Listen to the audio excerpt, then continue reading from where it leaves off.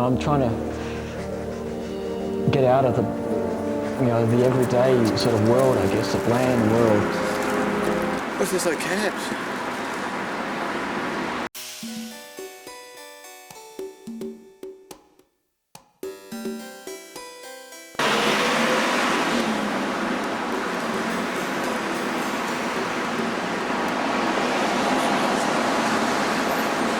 Why is it so slow?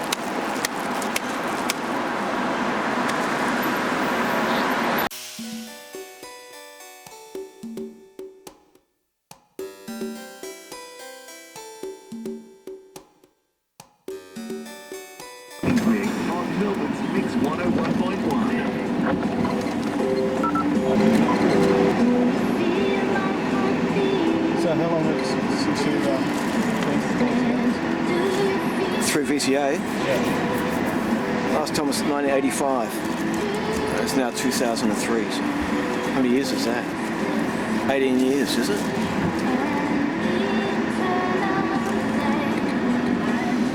Goes fast.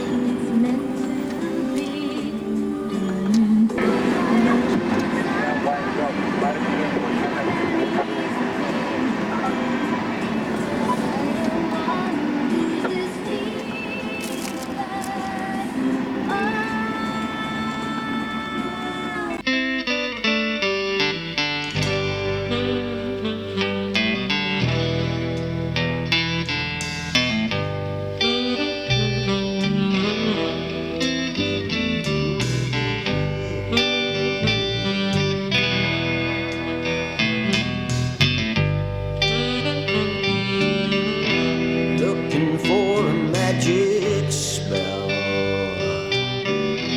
make you fall in love with me.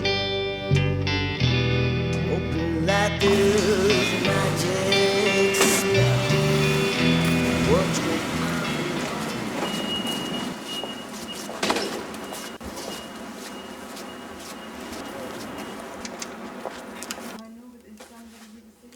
Okay.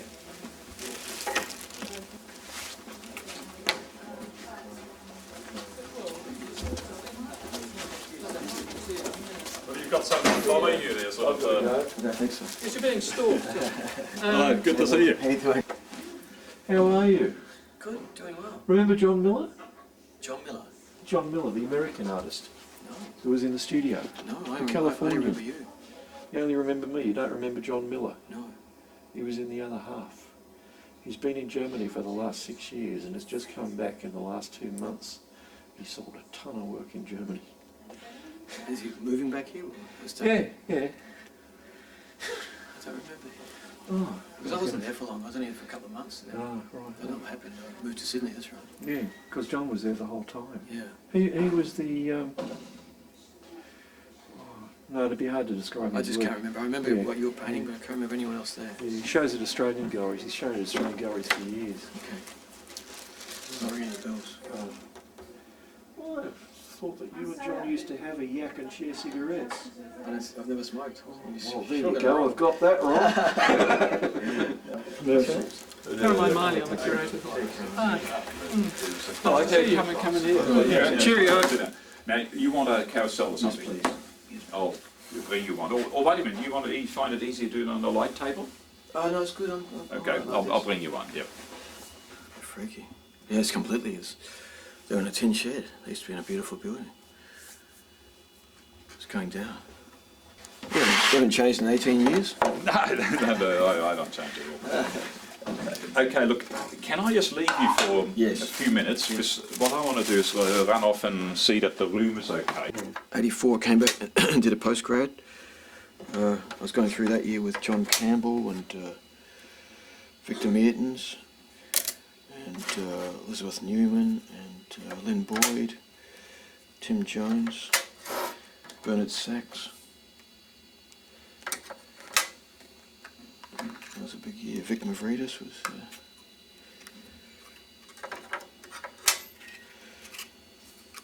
It was actually a 2-year course. I just did 1 year of the 2 years. They said I was too good. They just said, oh, you don't need to do the second year. Oh, I left early.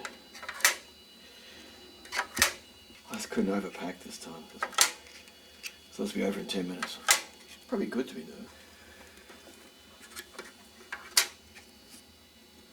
And what can you prepare? I've been to a couple of talks where people read off pages, you know, they typed it all out. It completely wouldn't. If you can't talk about your own work, you might as well give up. I'll show you. This is the painting that got the forklift through it.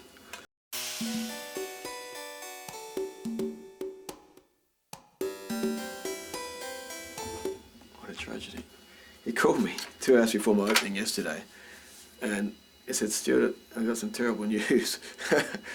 Your painting's arrived, but it's got 2 big forklift holes at the bottom of the painting. And I don't know what to do. You know, this is like I meant to go to an opening and that's why I was a little bit sort of, had an underlying sort of nervousness, you know, I was kind of freaked out. But just let it go. I mean, it's their responsibility. They're going to fix it up. These things happen. Look what happened to Dobell's painting. Stuff got burnt. They had to completely remake it. Fall into nothing. Yes. Where there's no longer any good or bad or No judgment, just judgment. Simply was the modern life is one that is about sort of horror vacui. And what you then get in terms of falling figures is something entirely new. Because in Goy often he leaves large parts of, not so much the paintings, but more the prints. If you think of the Disaster of War prints, he leaves large parts of the print blank, or the space is not defined in any meaningful way, in a perspectival kind of sort of way. And so what you have is figures just falling into nothingness. Right. And that becomes a theme then in later 19th and 20th century art. But you know, it's just sort of the sense of indifference, sense of meaninglessness, absurdity, horror vacui. And of course, the great example is sort of Hitchcock's with, Vertigo and things like that, the theme of the detective, the searcher, who, and in a sense, a theme of the modern contemporary human being.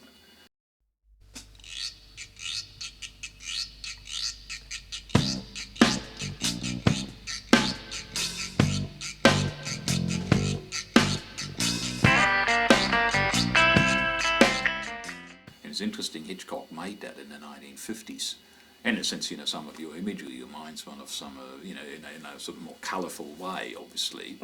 Quite of, influenced by this stuff, Hitchcock, and the sort of every man character like a Jimmy Stewart, who plunges and doesn't know where he's plunging.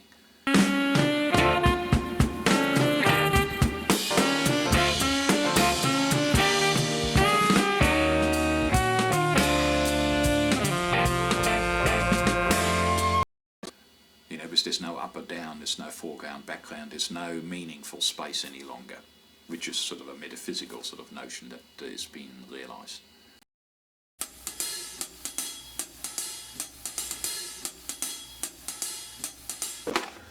She or he is coming on Friday to do a talk. Yeah. Volcano, better than Macfarlane, or Leffler for that matter.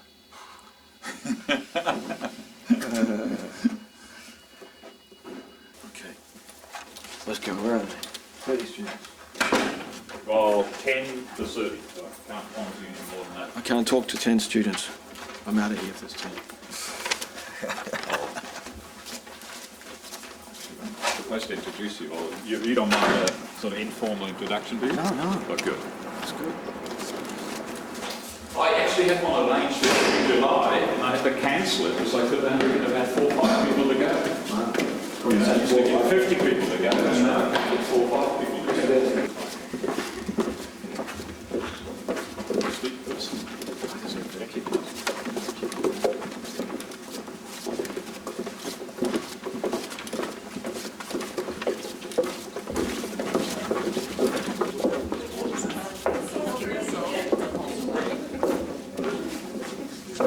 Put it on there, just to see how big you want it.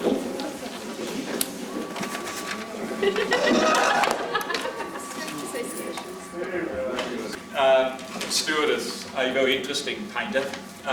If you have a look at his book, which is in the library, you can see more on his past work. Stewart was a student here in the mid-80s, in the health salon days of postgraduate art education here.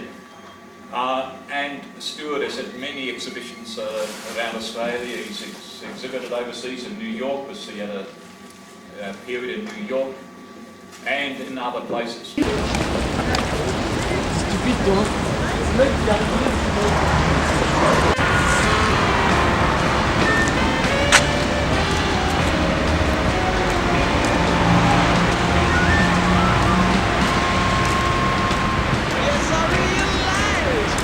Damen und Herren, liebe Freunde der Galerie, ich möchte Sie herzlich willkommen heißen und mich zuerst bei Ihnen bedanken, dass Sie heute der Einladung gefolgt sind.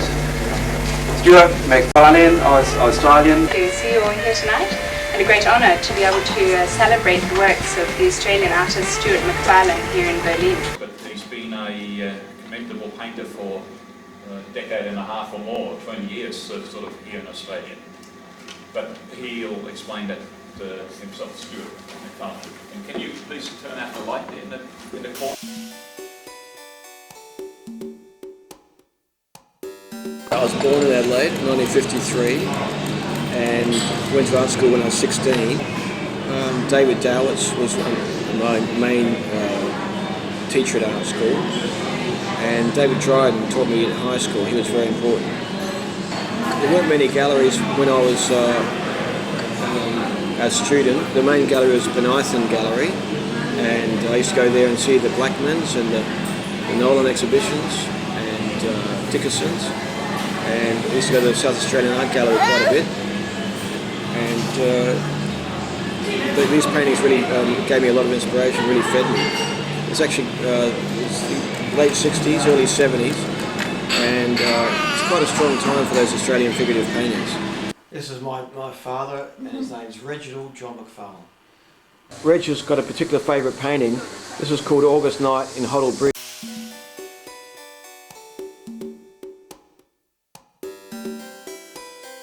Reg, why do you like this painting so much? Well, that's the way the plaids have been brought out, and the way the wind just starting to lift it. And also, like, the details are fantastic, I think. The way the wind has blown the hair up, and then the question is asked, is she trying to save the girl, or is she the one that pushes her in?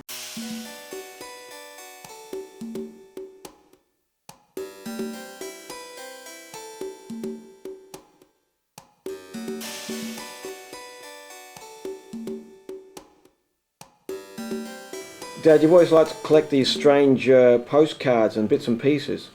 Why is that? Why are you fascinated with these things for? Well, probably because he got nothing on. She got nothing on? Yeah. Do you think that might have had some influence? Oh, no, she got something on. It all depends. Has that influenced me, do you reckon? With my painting? Oh, I think yes. Probably. Or do you think you're responsible for the way I paint sometimes, or? Oh, yes, but I think you've gone off a bit now, haven't you? Gone off a bit? Yeah, off the new stuff. Well, hopefully. I hope I've grown out of it. Yeah. Oh, good. I'm painting some sensible stuff. Yeah. Now, this painting here, I painted when you came to visit me in Gippsland. This is called Heart of the Valley, and that's you sitting on the bed there. That was done in 1985. What do you remember about that painting? Who are you talking about? You're talking about the girl? You're posing with this naked woman. But I didn't know it at the time. You posed separately? Yes. You sat on the table at first, and we had a trial whether I could hold the bottle upside down or that.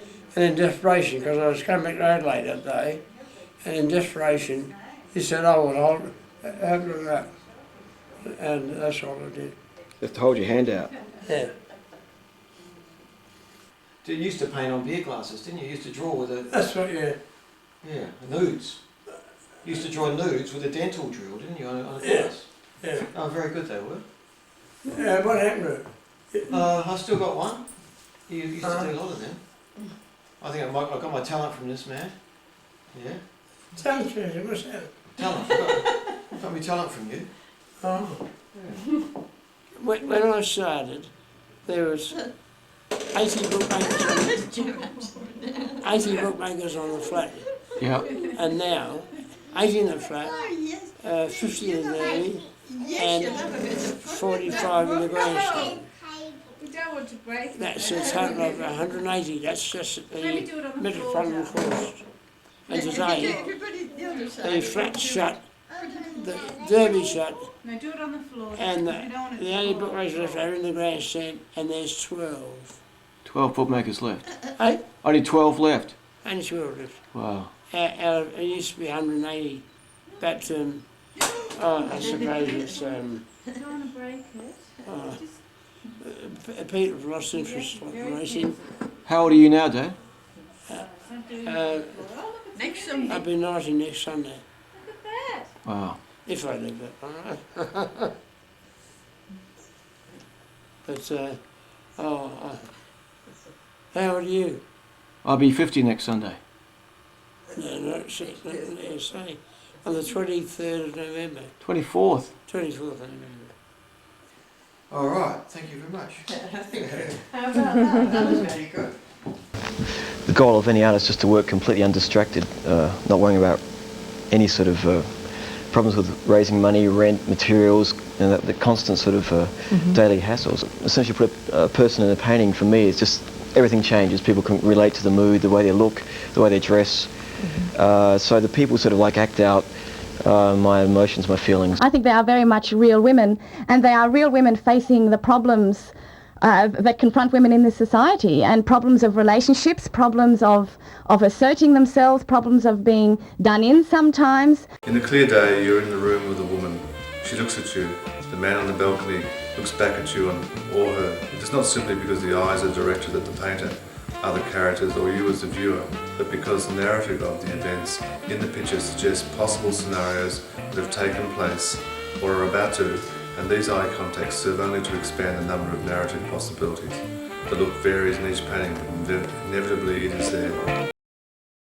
Yes, they're film noir stories in film noir settings, but often in broad daylight. There are servos and there are phone boxes that maybe don't work. There are petrol pumps, roads peopled by dark or bright motor cars that are probably on the way to or from some crime, cars that have just been knocked off.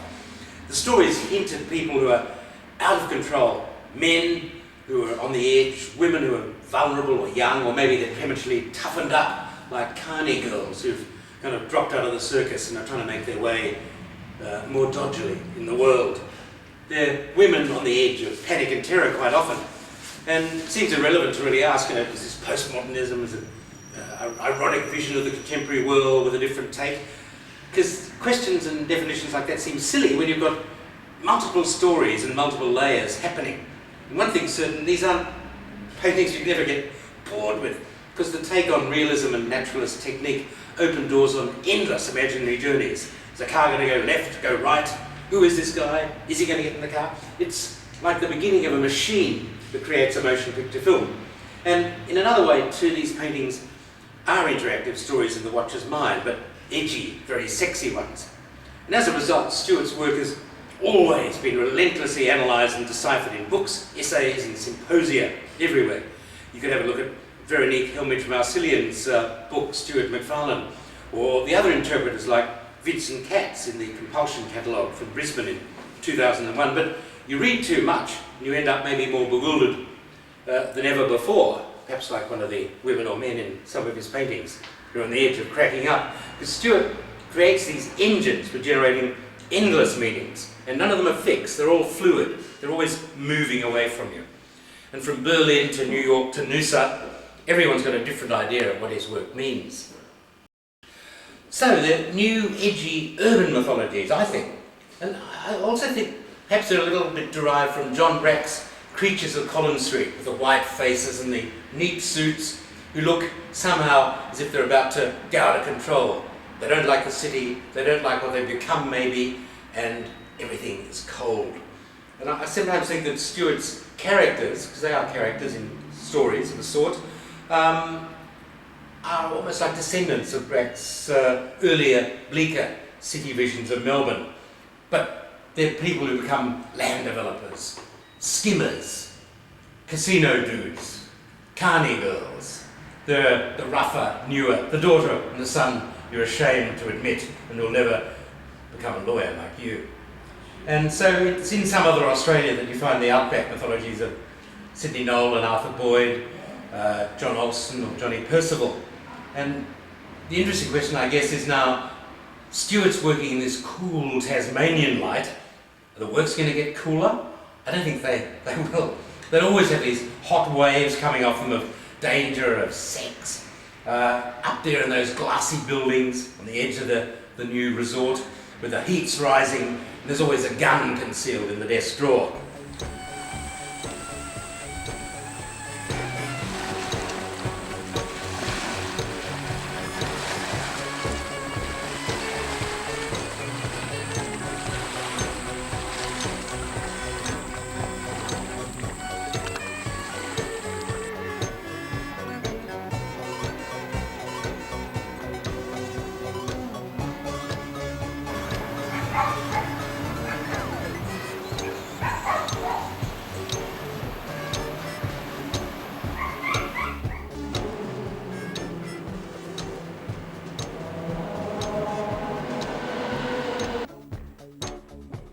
John Brack is one of my favourite artists, and he's got a fantastic vision. You know, like he's got that sort of weird, sort of apart sort of vision of suburbia and contemporary culture of his society, but he's not really part of it.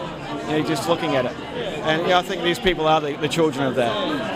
I reckon all of his paintings are not just stories, but they're actually generic stories that do look like film noir. There's a dangerous woman, there's a man who's not quite up to it but thinks he's in charge of events. Could he be a private eye? Could he be a land developer? You don't know. But the women are always on top somehow. They're sexy, they look at you out of the pictures. Sometimes they're dressed, sometimes not. And there are always complex landscapes and things going on behind them. I just enjoy creating short stories. I mean, I enjoy mysteries and movies and Hitchcock. I love all that. But I'm not consciously trying to copy that style. I'll probably cover 5 or so fields fairly regularly in night paintings, buildings, nudes, sort of feral guys. Everyone has a range inside them. They have like a field of vision which they follow through their life. To see this wonderful abstraction and then actually just tweak it a little more, and it becomes it comes into focus as realism. This painting project is developed further in an attempt at a self-portrait in tower. To paint a reflection of this nature is complex both for the painter and the viewer, and Macfarlane is able to produce both an abstract and figurative painting. The orange strip on the left-hand side of the painting not only anchors and defines the reflection, but is also a kind of post-Barnett Newman definition of space in the picture plane. Things basically I noticed in Hobart are blue and orange. There's big orange boats, orange buildings, blue skies, blue this. So it just came out immediately.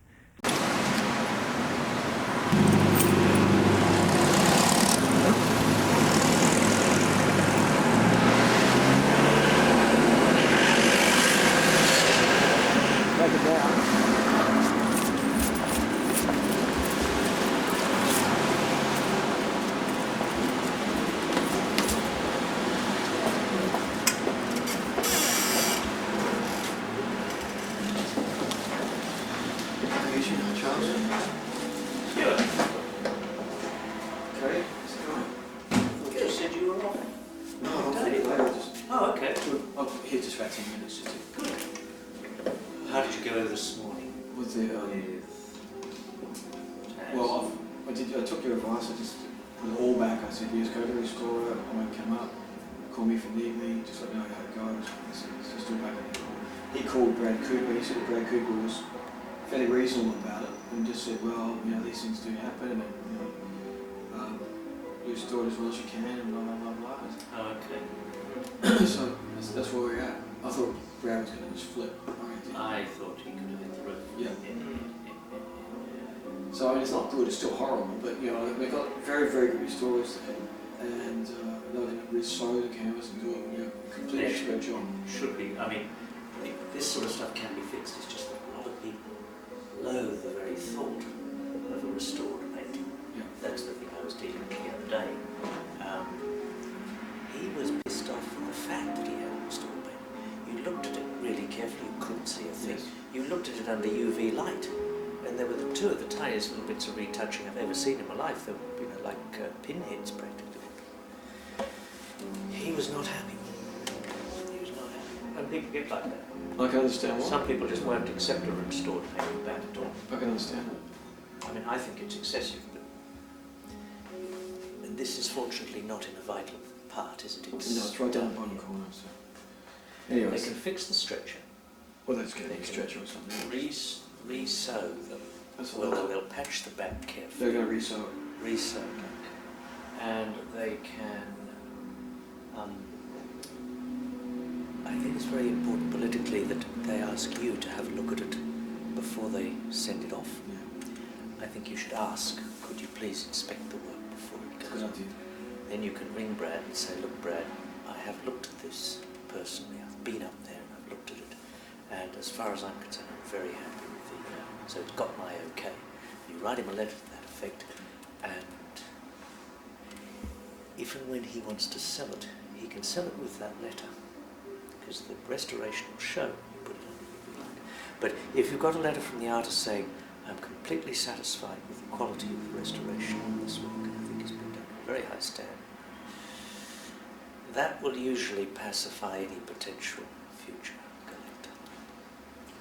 Did Dobell send one for the that burnt painting? Sorry? Did Dobell have a letter for that burnt painting?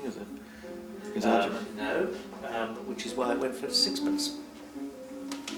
You know, that was a $2 million picture if ever there was one, and it went for 150 or something, just as a souvenir. And a lot of people thought it might go for 50 or 25, so I don't think it did have a reserve. I'm feeling it was just put up for sale, because everybody said, look, we have the first clue what this will go for. You know, the New South Wales Gallery would have bid through the roof for that painting.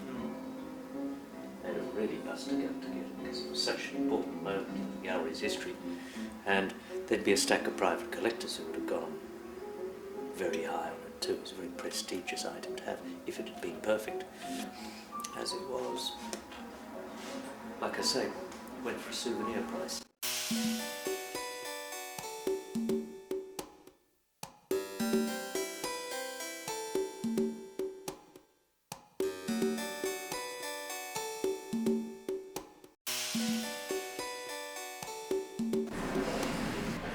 Well, this is the scene of the crime, and this is where Stewart's extraordinary painting Fuel, which may or may not be about a robbery, takes place, and there's traffic everywhere. This is a real suburb, I love it. This is where real Stewart Macfarlane stories take place. I think that's what I like about his paintings, that they're all set in a very definable, well, apparently definable place, time, space, and reminds me of critical paintings of the last century, like Hopper's Nighthawks in 1942, which we find out was done straight after Pearl Harbor. So as well as this narrative of people trapped in a city in a dark time, there's a feeling of something is rotten outside, everything's beginning to fall apart. Or even a picture like American Gothic, Grant Wood's painting back in 1930, which looks like a couple just standing outside sort of a Gothic wooden joint, but it's about America. It's all about America, and that's what I find in Stewart's work. There's space, time, human beings, cities, and the edges of cities. And we're on the edge of a city most of the time in Hobart because it's one of those literal spaces, and you're always edging away and out of a centre.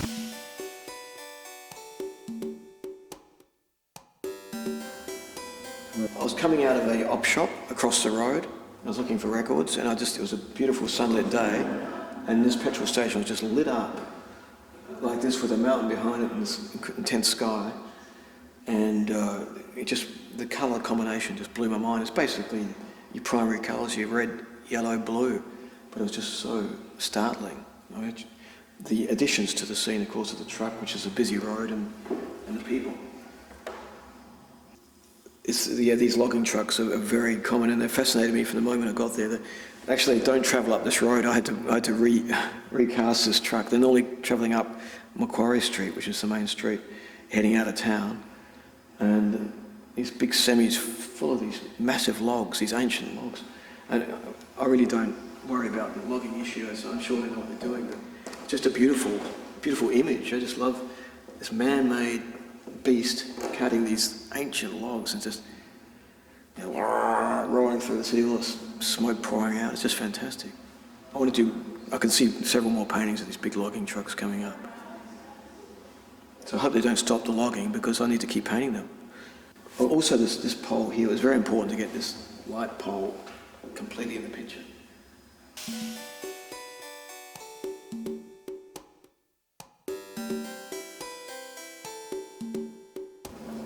In Hobart, they've got the Tasmanian Museum and Art Gallery. There's a combination of museum with artefacts and Australian art, old, colonial, modern, in this very old building. It's unlike any other art gallery in Australia.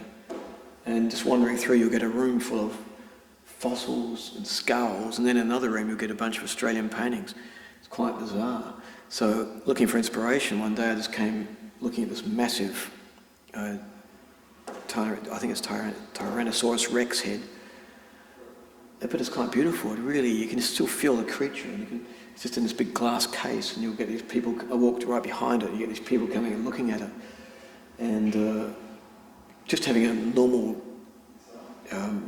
member of the public looking to me wasn't enough. I had to intensify it, so I put the nude there, who seemed to be entranced by the skull. And I enjoy the abstract qualities. I mean, once just areas like of paint like this is just to describe the skull in such a loose way. It's part of the thrill. It's the surface as well. Just playing with the surface.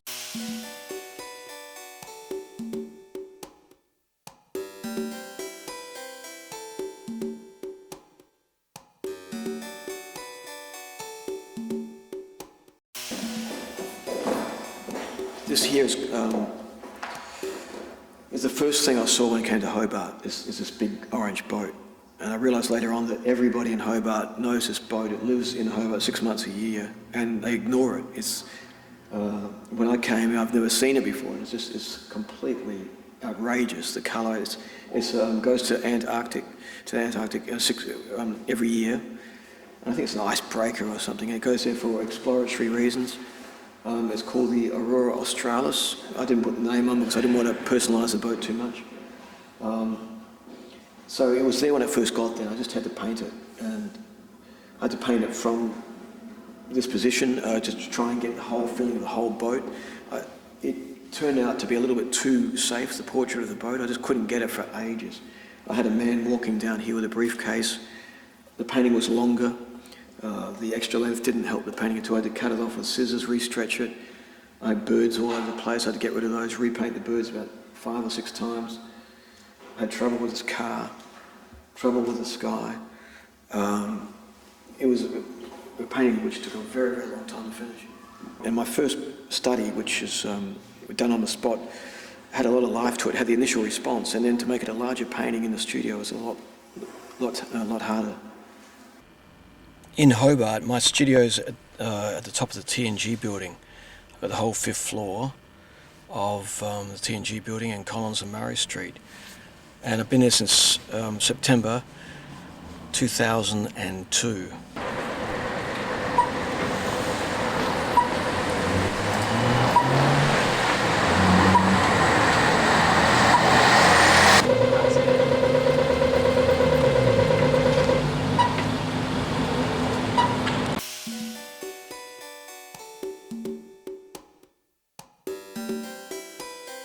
This painting is called Mercury, which is basically the name of the Hobart daily newspaper. That's meant to talk about it's a reference to weather, to the heat, which Hobart's not known for its heat, but this painting was going to a show called Heat, which was in Queensland, about the weathers, and so I just had to try and describe the heat. The scene is my studio, and I rented this massive space in in the centre of the city, and I didn't have much idea of what to paint, and the studio was so unusual. I knew I wouldn't be there for very long. I thought I'd do a portrait of the studio, basically. It's just not a space you commonly get to spend a lot of time in. This building's like 1942 building. It's right in the heart of the city, and it's this huge space with these big blue pillars.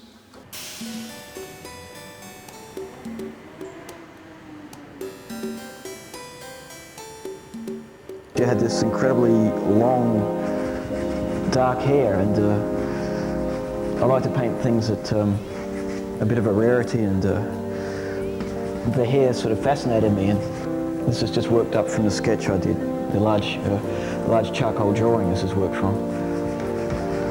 I'll take a slide of the drawing and I'll project that onto the canvas so that I've taken care of all the problem. To finish a painting like this, I'll have the model come back about up to 4 or 5 times for about an hour or 2 each time.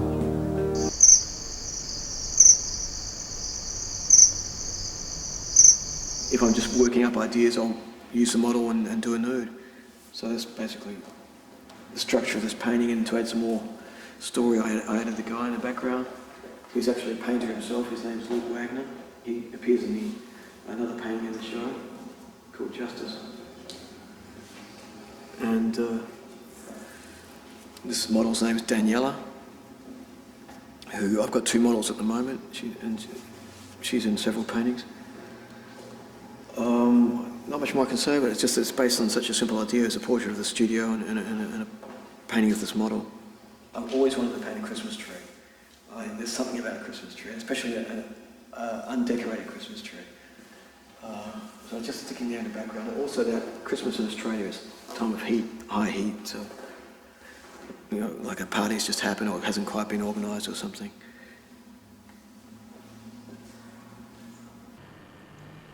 That's my studio, that room. It's the top floor of the TNG building in Hobart. It's a whole top floor right in the centre of town.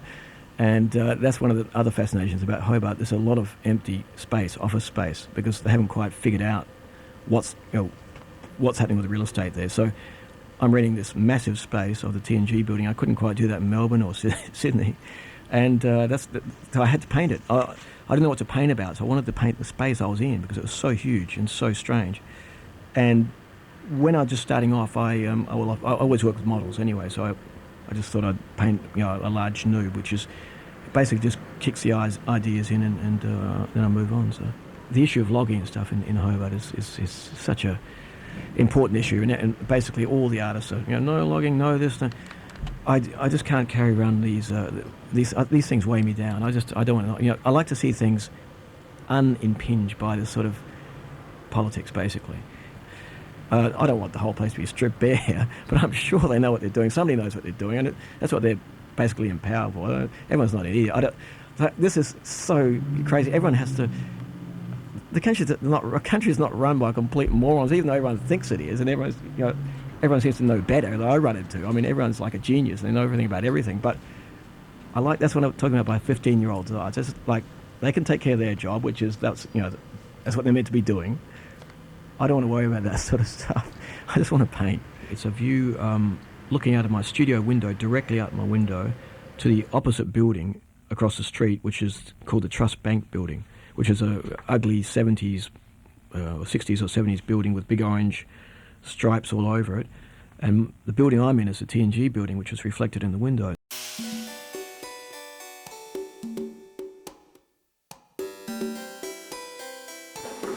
This painting here is called 7000, which is the postcode for Hobart City. And this is the view outside my studio window. That's my studio window there. Looking straight out on a sunny day, you see the TNG building, which is where I paint from, reflected in the next building, which is called the Trust Bank building. And then as the afternoon wears on, you start to see the people in the offices doing their work. And so I had to peer out the window at these people, and after a while they realised that I was looking at them, and it became quite intimidating, because I'd be staring out the window at these office workers and a computer. But that's the story with this. These lights revealed themselves as the day wore on.